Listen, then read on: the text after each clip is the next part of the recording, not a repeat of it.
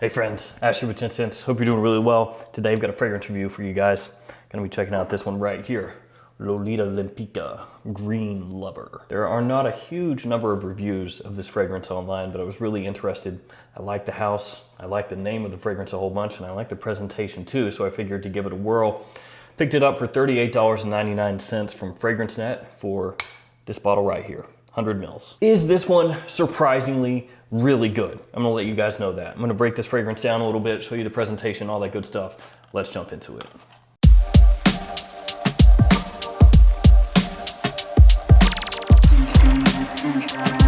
Let's start things off with the presentation. Here on the front, you got the name of the house, which is just simplified to Lempicka at the top and then Lolita Lempicka at the bottom. Name of the fragrance, Green Lover. Got the size and concentration down at the bottom, 100 mils, eau de toilette. And then you've got nothing on the top or the sides other than this picture.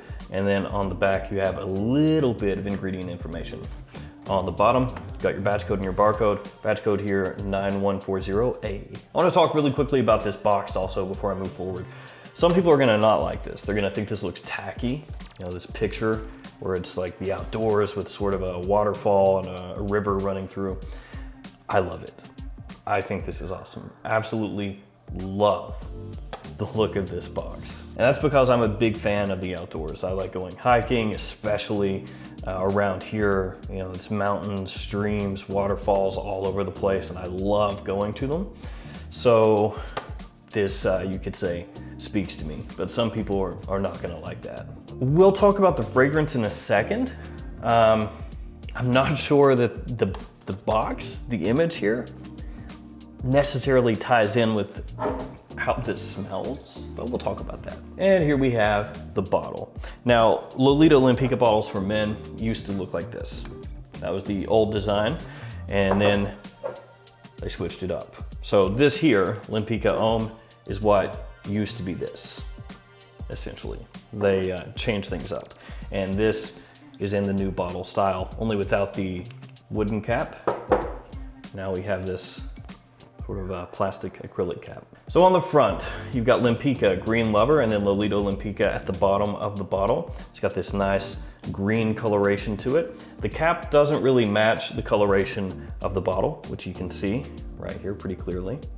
And that's gonna be mainly because of the coloration of the fragrance on the inside here. You've got an LL for Lolita Lempicka on top of the cap. It does not click into place, slides into place. Then on the bottom, you're gonna find your badge code on the sticker. Let me go ahead and waste a spray for you guys here. There you go, really good atomizer. As I mentioned, really like the box for the presentation, and I do like this bottle as well. I like the little curve that it has in the bottle. Hopefully that comes across clearly on camera, but it's got this nice kind of curvature along the side of the bottle. I think it looks nice.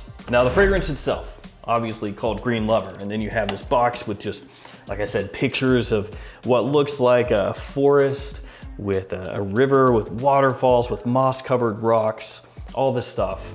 You would think that this is gonna be just a green powerhouse, kind of a throwback, like a classic masculine fragrance full of oak moss, you know, ferny notes, maybe even grassy notes, woody notes, all that stuff.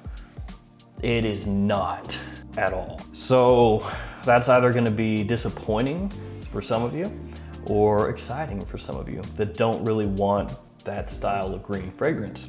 Is there a little bit of a green feel to this, other than obviously the presentation?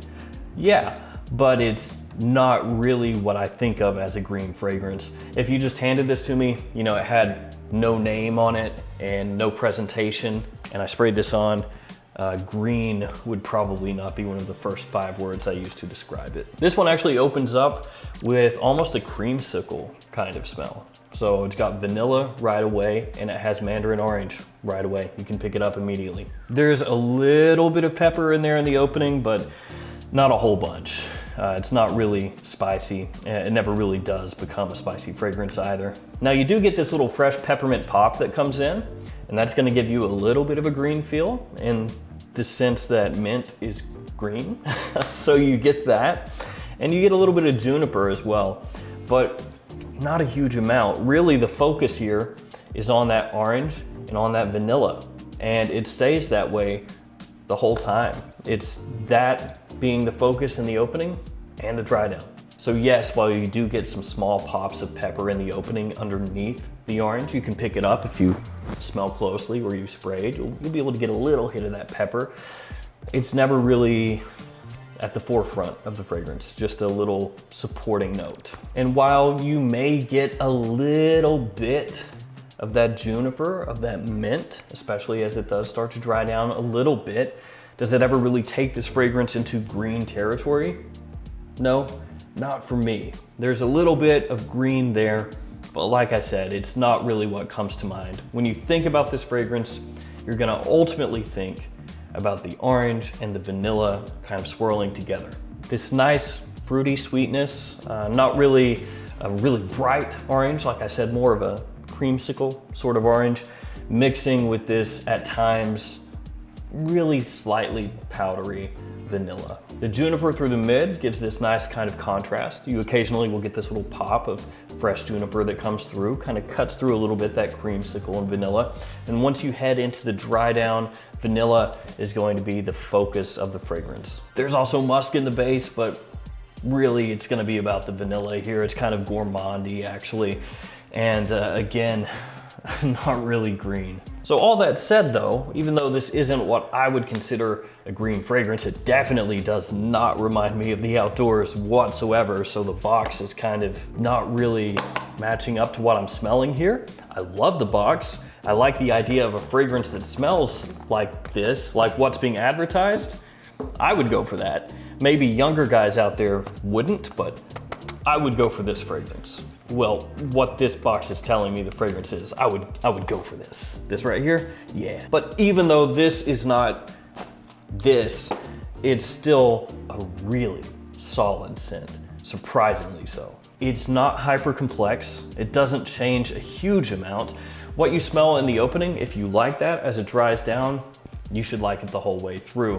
It is gonna be a sweeter mint fragrance, and that's gonna be because of that vanilla and that orange giving you that kind of creamsicle vibe being right at the forefront of the fragrance the whole time.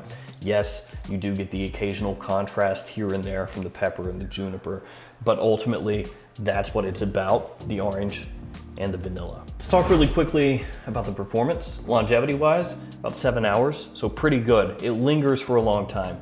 The projection is more moderate. It's best in the first hour or so, sits closer to the skin after that, but never fully disappears until you hit that 7-8 hour mark. In terms of seasons, spring, summer, fall for me, those are gonna be best, and it leans more toward being a daytime fragrance than it does a nighttime fragrance for me personally. Overall feelings though, are really good. I like this fragrance a lot. I like the way it smells. Not exactly the type of fragrance I was expecting.